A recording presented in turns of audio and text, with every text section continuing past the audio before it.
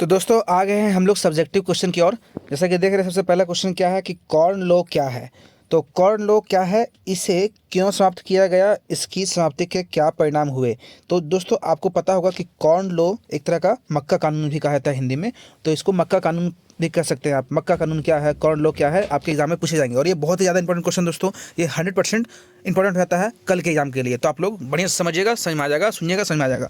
क्या है, ब्रिटेन में मक्का के आयात पर रोक लगा दिया गया था, इसे ही कॉर्न लॉ कहा जाता है। आपको पता है कि ब्रिटेन में जो खाद्य फसल थी वो क्या थी, मक्का। मक्का बोले तो भुट्टा, मकई जो हम लोग खाते हैं, है ना। तो मकई के आयात पर जो है सो रोक लगा दिया था सरकार ने। तो यहाँ पे इसलिए यहाँ पे लगाया गया था ये रोक, क्योंकि जो ब्रिटेन की सरकार थी वो चाहती थी कि यहाँ पे जनता महंगे दामों में खरीदे मक्का को, है ना, और इन्हें ज़्यादा टैक्स कमाने को मिले, ज़्यादा कर कमाने को मिले। तो यहाँ पे किसानों लोगों ने क्या किया, जब ब्रिटेन की सरकार ने विदेशों से मक्का को आयात पर जब प्रतिबंध लगाया, रोक लगाया, तो यहाँ ब्रिटेन के किसानों को बहुत फ़ायदा हो गया। उन्होंने क्या किया कि जितना मन चाहा दाम उतना जितना मन किया उनको उतना मन चाहा दाम में यहाँ के मक्का को बेचना शुरू कर दिया, जिससे यहाँ के आम जनता लोगों में असर देखने को मिला। और यहाँ के दोस्तों, यहाँ की जनता थी वो महंगे दामों पर मक्का को खरीदने लगी। बहुत लोगों को भूखमरी का सामना करना पड़ गया। तो दोस्तों सरकार ने जो है सो इस पर कोई एक्शन नहीं लिया, लेकिन जब जनता इसका विरोध किया तो सरकार ने क्या किया, इस कॉर्न लॉ के थोड़ा सा इस कॉर्न लॉ को फिर क्या किया, समाप्त कर दिया। थोड़ा सा पढ़ते हैं। इस कॉर्न लॉ, है ना, इस लॉ के कारण ब्रिटेन में खाद्य पदार्थों के दाम बहुत बढ़ गए थे, बताया था हमने अभी। तो लोग नाराज हो गए थे, है ना, इसलिए इसे समाप्त कर दिया गया था। तो जब लोग नाराज हो गए थे तो सरकार को ये कानून वापस लेना पड़ा और कॉर्न लॉ को समाप्त करना पड़ा। और दोस्तों इसकी समाप्ति से क्या हो गया, लोगों की हालत जो है सो पहले से सुधरने लगी, है ना दोस्तों। तो चलिए अब हम लोग आ गए हैं दूसरे क्वेश्चन की ओर। जैसे कि देख रहे हैं कि सत्ता की साझेदारी, है ना, के विभिन्न रूपों का वर्णन करें। बहुत ही इंपॉर्टेंट दोस्तों, बहुत ही इंपॉर्टेंट क्वेश्चन है दोस्तों कि सत्ता की साझेदारी क्या होती है और सत्ता की साझेदारी के विभिन्न रूपों का वर्णन करें। सबसे पहले समझ लीजिए कि सत्ता का साझेदारी क्या होता है। सत्ता में साझेदारी विभिन्न रूप में होती है, जैसे सत्ता का क्षैतिज वितरण, सत्ता का ऊर्ध्वाधर वितरण और विभिन्न सामाजिक समूहों में सत्ता का बंटवारा आदि। ठीक है, तो सत्ता का साझेदारी के विभिन्न रूप क्या क्या हैं दोस्तों। सबसे पहले क्या है, सबसे पहले आप देख लीजिए यहाँ पे क्या है कि क्षैतिज वितरण। ठीक है, दूसरा क्या है, सत्ता का ऊर्ध्वाधर वितरण, और तीसरा क्या है, विभिन्न सामाजिक समूहों में सत्ता का बंटवारा। यही सत्ता का जो है सो विभिन्न रूप का वर्णन है। और दोस्तों पूछता है एग्जाम में कि सत्ता की साझेदारी से क्या समझते हैं। तो आपको पता है कि सत्ता की साझेदारी का अर्थ ये होता है, पावर होती है, सेंट्रल पावर होती है, वो हो गया राज्य सरकार, स्थानीय सरकार के हाथों में जो बंटवारा होता है वो क्या होता है, सत्ता की साझेदारी। तो आप ऐसा क्वेश्चन आएगा दोस्तों, छोड़ना नहीं, क्योंकि ये क्वेश्चन बहुत ही इंपॉर्टेंट है। चलिए हम लोग जल्दी आगे बढ़ते हैं। तो चलिए हम लोग आ गए हैं अगले क्वेश्चन में। जैसे देख रहे हैं कि जैव विविधता से क्या समझते हैं, है ना। जैव विविधता से आप क्या समझते हैं, जैव विविधता का विशिष्ट क्षेत्र किसे कहा जाता है। तो सुनिए, हमारी पृथ्वी पर विभिन्न प्रकार के पेड़ पौधे तथा जीव जंतु पाई जाती है। पेड़ पौधे और जीव जंतुओं में इसी अंतर को जैव विविधता कहते हैं। जैसे कि दोस्तों हमारे जो पृथ्वी पर अलग अलग प्रकार के जीव जंतु, पेड़ पौधे, है ना, प्राणी पाए जाते हैं। तो उन सभी में जो अंतर है उसी को क्या बोलते हैं, जैव विविधता, मतलब जीव जंतुओं में विविधता। ठीक है, और वनों की जैव विविधता का विशिष्ट क्षेत्र, यानी वनों को यहाँ पर लिखा हुआ है। ठीक है, ये क्या लिखा हुआ है, वनों को, एक मिनट देख लीजिए क्या लिखा हुआ है कि वनों को जैव विविधता का जो विशिष्ट क्षेत्र कहा जाता है। ठीक है दोस्तों, इसको आप लोग कर लीजिएगा। हम लोग बढ़ते हैं अगले क्वेश्चन की ओर। तो दोस्तों आगे हम लोग अगले क्वेश्चन में जैसे देख रहे हैं कि सार्वजनिक क्षेत्र किसे कहते हैं। आप लोग देख रहे हैं सार्वजनिक क्षेत्र किसे कहते हैं, है ना। ठीक है, क्या लिखा हुआ है, ऐसा क्षेत्र जो सरकार के अधिकार में आता है उसे सार्वजनिक क्षेत्र कहते हैं, चाहे कहलाता है। जैसे हमने पोस्ट ऑफिस हो गया, सरकारी विद्यालय हो गया, सरकारी अस्पताल हो गया, इत्यादि सब क्या है, सार्वजनिक क्षेत्र। सार्वजनिक से आता है सभी के लिए।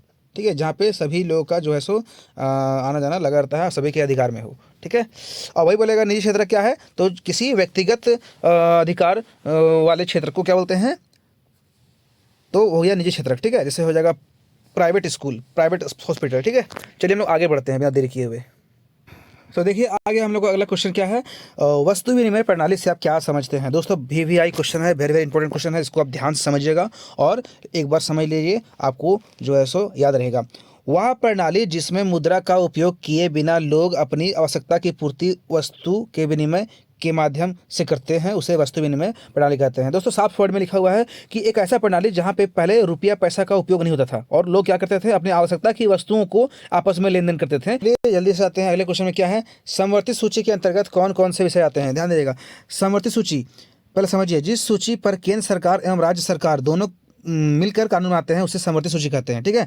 और समवर्ती सूची के अंतर्गत क्या क्या चीजें आएगी दोस्तों, शिक्षा, स्वास्थ्य, पर्यावरण, विवाह एवं तलाक, बिजली इत्यादि, ठीक है। समझ में आ गया। जहाँ केंद्र सरकार और राज्य सरकार दोनों मिलकर क्या करते हैं, नियम कानून को बनाते हैं और उसका जो है सो लागू करते हैं पूरे अपने क्षेत्रों में, ठीक है। और वो इत्यादि आपका जो है सो शिक्षा हो गया, स्वास्थ्य हो गया, इत्यादि से संबंधित होता है, ठीक है। चलिए हम लोग आगे बढ़ते हैं बिना देरी किए हुए। तो दोस्तों नेक्स्ट क्वेश्चन क्या है कि लोकतंत्र की कोई दो चुनौतियों को लिखें। तो लोकतंत्र के प्रमुख दो चुनौतियां निम्नलिखित है। देखिए दोस्तों क्या क्या है, ये हमारा क्या हो गया, आंसर हो गया हमारे फर्स्ट क्वेश्चन का, अभी जो हमने पढ़ा था। लोकतंत्र की दो चुनौतियां, शिक्षा का अभाव और सामाजिक असमानता। भारत में पढ़ते हैं इसको, भारत में शिक्षा की कमी है, ज़्यादातर लोग अशिक्षित हैं जिसके कारण जनता लोकतंत्र का महत्व नहीं समझती है। जैसे दोस्तों समझिए, अगर पढ़े लिखे लोग नहीं रहेंगे तो क्या होगा कि लोकतंत्र में गड़बड़ी होगी, यहाँ के चुनावी मुद्दे में गड़बड़ी होगी। लोगों को बहला फुसला करके उन्हें मुर्गा है ना, उन्हें चावल खिला करके, और बोल सकते हैं गाँव देहात में बहुत ज़्यादा क्या होता है, लोग घूस दे करके, पैसा दे करके वोट खरीद लेते हैं, है ना। तो इस तरह का यहाँ मामला आएगा। तो ये हमारा चुनौती सबसे बड़ा, ठीक है। सबसे पहले शिक्षा होना जरूरी है। सभी लोग पढ़े लिखे रहेंगे तो वो क्या करेंगे, पैसा और खाना के लालच में नहीं आएंगे, वो अपने अनुसार नेता को चुनेंगे, ठीक है। तो समझ में आ गया होगा। सेकंड चीज समझिए क्या है, सामाजिक असमानता क्या है। लोकतंत्र की सफलता के लिए सामाजिक समानता जरूरी है। लोकतंत्र में अगर सफल होना है तो आपको सभी समाज को एक नजर से देखना पड़ेगा, ठीक है। हमारे देश में जाति, धर्म और ऊंच नीच का भेदभाव बहुत ज़्यादा है, ठीक है। इसलिए हमारा सबसे बड़ा जो है सो दूसरा लेवल का जो चुनौती है ये है, ठीक है दोस्तों। तो हम लोगों को ये क्वेश्चन एग्जाम में एकदम 100% श्योर है कि आ जाएगा, इसको आप लोग पढ़ लें, ठीक है। चलिए हम लोग आगे बढ़ते हैं। और दोस्तों अभी तक में मोस्ट इम्पोर्टेंट क्वेश्चन दोस्तों देखिएगा क्या है, 1 मिनट। हाँ क्या कहा था मैंने क्या कहा था कि अभी तक में मोस्ट इंपॉर्टेंट क्वेश्चन देख रहे हैं। जलियांवाला बाग हत्याकांड क्या है, समझिए, इस पर टिप्पणी करने बोला है। तो जलियांवाला बाग हत्याकांड भारतीय इतिहास में एक कलंकित घटना है। अमृतसर के जलियांवाला बाग में जब एक भीड़ शांतिपूर्ण तरीके से इकट्ठी हुई थी, आप लोगों को पता है कि ये भीड़ क्यों इकट्ठी हुई थी, यहाँ हमने शॉर्टकट में लिखवाया है, आप समझ सकते हैं। वहाँ पे बैसाखी का पर्व चल रहा था जो कि बहुत बड़ा मेला होता है सिखों का, है ना। तो वो यहाँ मनाया जा रहा था। तो क्या हुआ, इसमें जनरल डायर को पता चल गया था और उस समय जो है सो दोस्तों कौन सा एक्ट लागू था, आप लोगों को पता है कि उस समय जो है सो मार्शल लॉ लागू था, है ना। जिस कारण से इसमें लोगों को एकजुट नहीं रहना था। और इसमें देखा गया कि कई सारे लोग इस जुलूस में शामिल हुए हैं, इस मेला में शामिल हुए हैं, जलियांवाला बाग में शामिल हुए हैं। और इसका पता चलते ही ब्रिटिश सरकार ने क्या किया, ब्रिटिश सरकार में कौन था, जनरल डायर, याद रखिएगा। उसने क्या किया, पूरा जुलूस पर, पूरा इकट्ठा हुआ भीड़ पर गोली चलवा दिया और जिससे क्या हो गया, अनेक निर्दोष निहत्थे लोग मारे गए, ठीक है दोस्तों। हमने यहाँ शॉर्टकट में लिखवाया है, आपने इसे पढ़ा होगा, इसे आप लिख लीजिएगा, आप लोग देख लीजिएगा एक बार कॉपी को पलट करके। आप लोग पढ़े होंगे और नहीं पढ़े तो हमने बता दिया है, हम मेरे बात को सुन लीजिए, आपको याद हो जाएगा, ठीक है, कि हमने क्या बताया। आप वीडियो को फिर से पीछे कर लीजिएगा और उसको लिख देना है।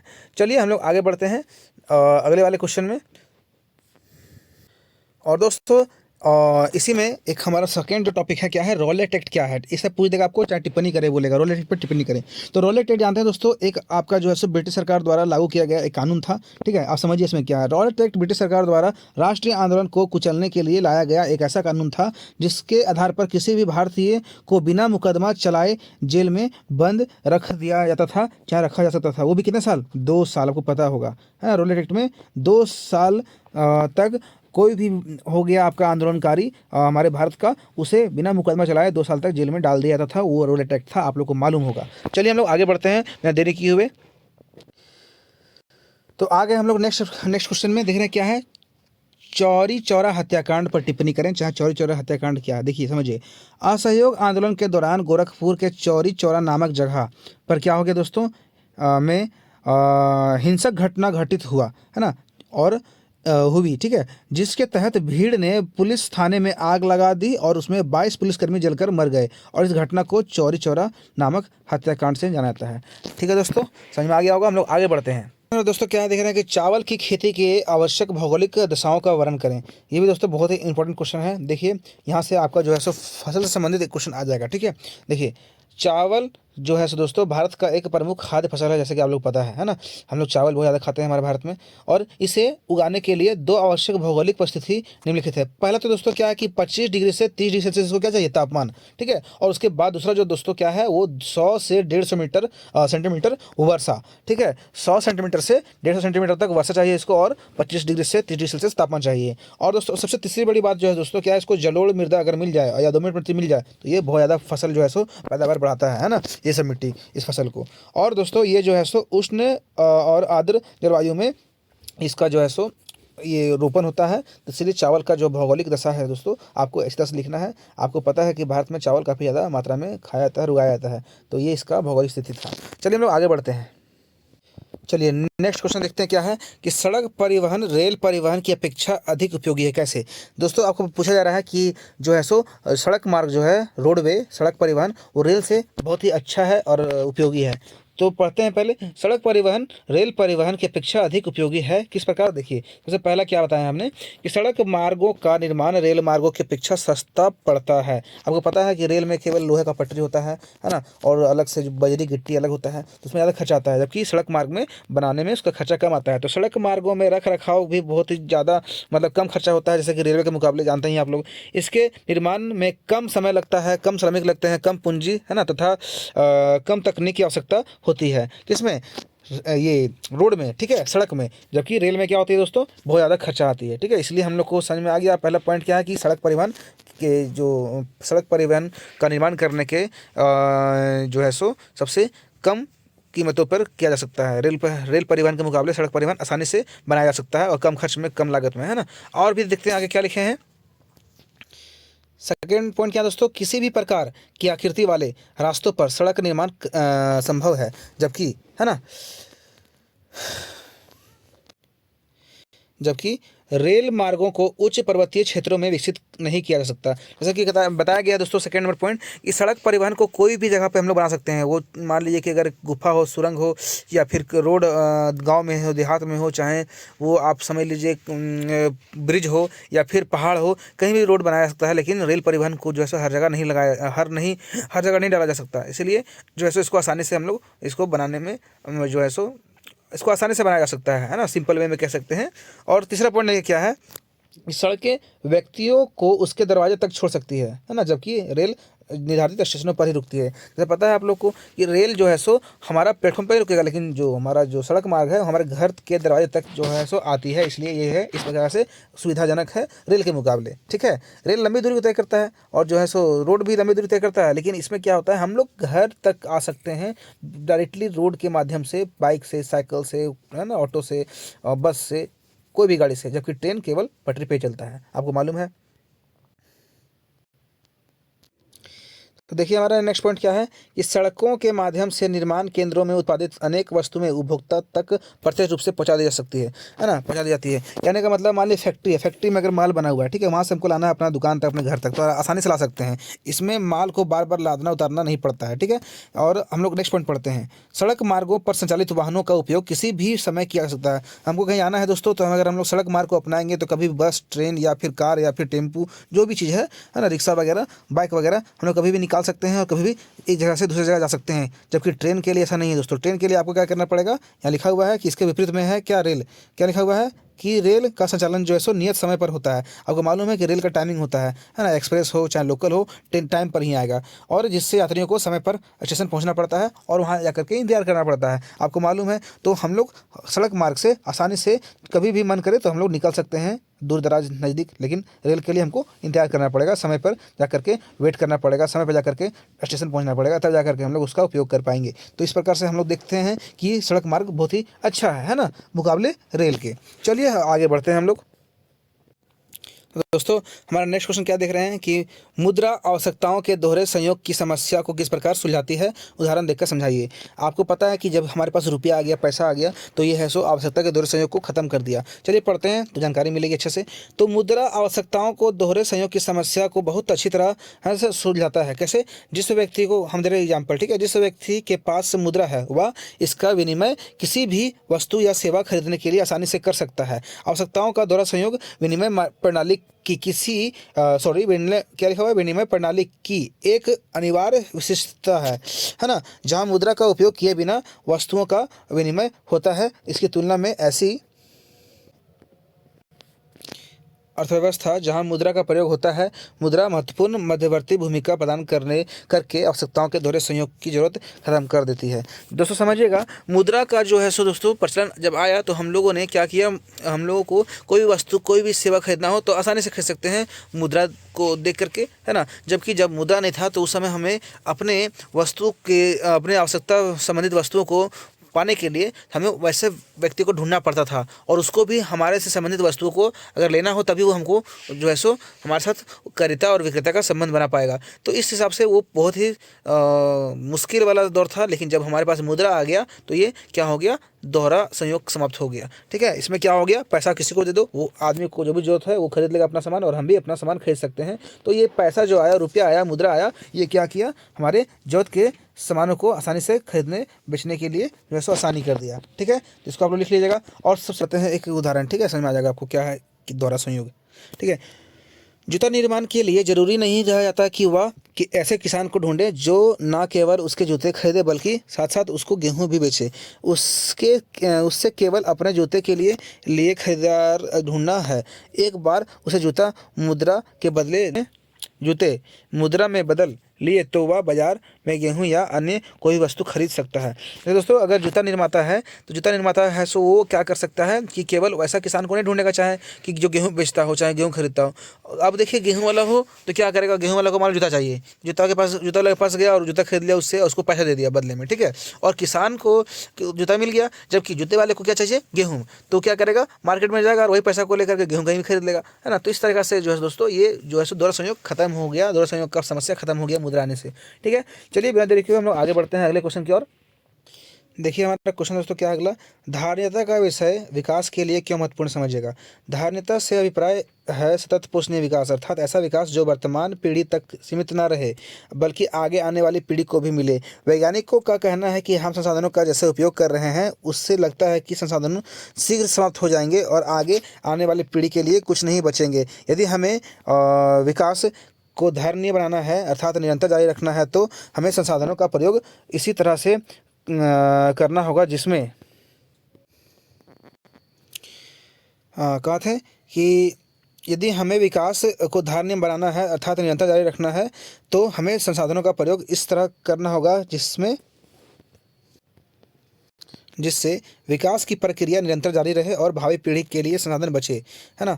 समझ रहे हैं कि धारणीयता का विषय क्या है। धारणीयता का विषय ये है दोस्तों कि अगर हम जो भी संसाधन का उपयोग कर रहे हैं आज, उसको भावी पीढ़ियों यानी आने वाली पीढ़ियों के लिए भी बचा के रखना है। ऐसा नहीं कि आप आज जो यूज कर लिए और संसाधन वो भविष्य में रहे ही ना, और आने वाली पीढ़ी उसके लिए जो है सो तरस जाए और सोचे कि मतलब हमारे पास कुछ बचा ही नहीं। तो जैसा कि पेट्रोल है, डीजल है, कोयला है, ये सब संसाधन एक दिन खत्म हो जाएगा। लेकिन अगर मान लीजिए कि सोलर ऊर्जा है, सौर ऊर्जा जो है, पवन ऊर्जा है, ये सब संसाधन जो है सो भविष्य में भी काम आएगा। तो इस प्रकार के संसाधन जो है सो वो क्या है, विकास के लिए जो सतत पोषणीय वरदान है। ठीक है, सतत पोषणीय विकास के लिए वरदान है। तो वैसे संसाधन पर हम लोग को ध्यान देना पड़ेगा, और जो अभी के संसाधन है उस पर हम लोग को थोड़ा सा कम जो है सो खपत करना पड़ेगा, संसाधन को बचा के रखना पड़ेगा भविष्य के लिए। तो सिंपल वे में समझ सकते हैं कि आने वाली पीढ़ियों को संसाधन को बचा के रखना है ताकि उन्हें भी उसका उपयोग करने का मौका मिले। यही हमारा सतत पोषणीय विकास है। ठीक है, तो दोस्तों कल जो कि 12 फरवरी है और आप लोग का सोशल साइंस एग्जाम है, उसके लिए आप लोग को ऑल द बेस्ट, और उम्मीद करते हैं कि वीडियो आप लोग को अच्छा लगा होगा और क्वेश्चन समझ में आया होगा। तो दोस्तों कल जो कि एग्जाम है तो एग्जाम को आप लोग को देख के आना अच्छा से, फ्रीली माइंड से, और पेपर को खाली नहीं छोड़ना है, आपको जो आता है सब लिख देना है। और दोस्तों और कल जो आपका एग्जाम होने वाला है तो उसका आंसर की भी मैं यहाँ लाऊंगा, तो आप लोग चैनल को सब्सक्राइब कर लीजिएगा, वीडियो को लाइक कर दीजिएगा और अपने दोस्तों में शेयर कर लीजिएगा। मिलते हैं हम लोग अगले वीडियो में। हो सकता है कि सब सुबह में भी कुछ क्वेश्चन में डाल दिया करूँगा और आप लोग उसको भी देख के एक बार चल जाना। चलिए, थैंक यू।